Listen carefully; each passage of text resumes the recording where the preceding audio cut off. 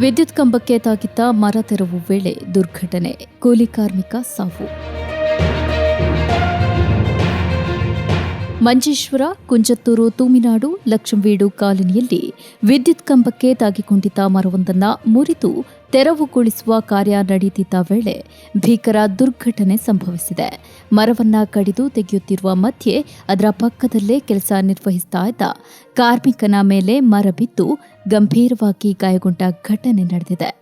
ಗಂಭೀರ ಗಾಯಗೊಂಡ ಕೂಲಿ ಕಾರ್ಮಿಕನನ್ನ ತಕ್ಷಣ ಚಿಕಿತ್ಸೆಗೆ ದಾಖಲಿಸಲಾದರೂ ಚಿಕಿತ್ಸೆ ಫಲಕಾರಿಯಾಗದೆ ಆತ ಸಾವನ್ನಪ್ಪಿದ್ದಾನೆ. ಮೃತ ಕಾರ್ಮಿಕನು ಉತ್ತರ ಪ್ರದೇಶ ಮೂಲದ ವೀರೇಂದ್ರ ಎಂದು ಗುರುತಿಸಲಾಗಿದೆ. ಘಟನೆಯ ಬಳಿಕ ವಾರ್ಡ್ ಸದಸ್ಯರಾದ ಇಲಿಯಾಸ್ ತೂಮಿನಾಡು ಅವರ ನೇತೃತ್ವದಲ್ಲಿ ಶವದ ಮಹಜರು ನಡೆಸಲಾಯಿತು.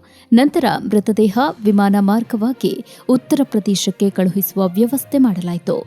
ಈ ದುರಂತದಿಂದ ಸ್ಥಳೀಯರಲ್ಲಿ ಶೋಕದ ವಾತಾವರಣ ಮೂಡಿದ್ದು, ಕೆಲಸದ ವೇಳೆ ಸುರಕ್ಷತಾ ಕ್ರಮಗಳ ಅಗತ್ಯತೆಯನ್ನ ಈ ಘಟನೆ ಮತ್ತೆ ನೆನಪಿಸಿದೆ.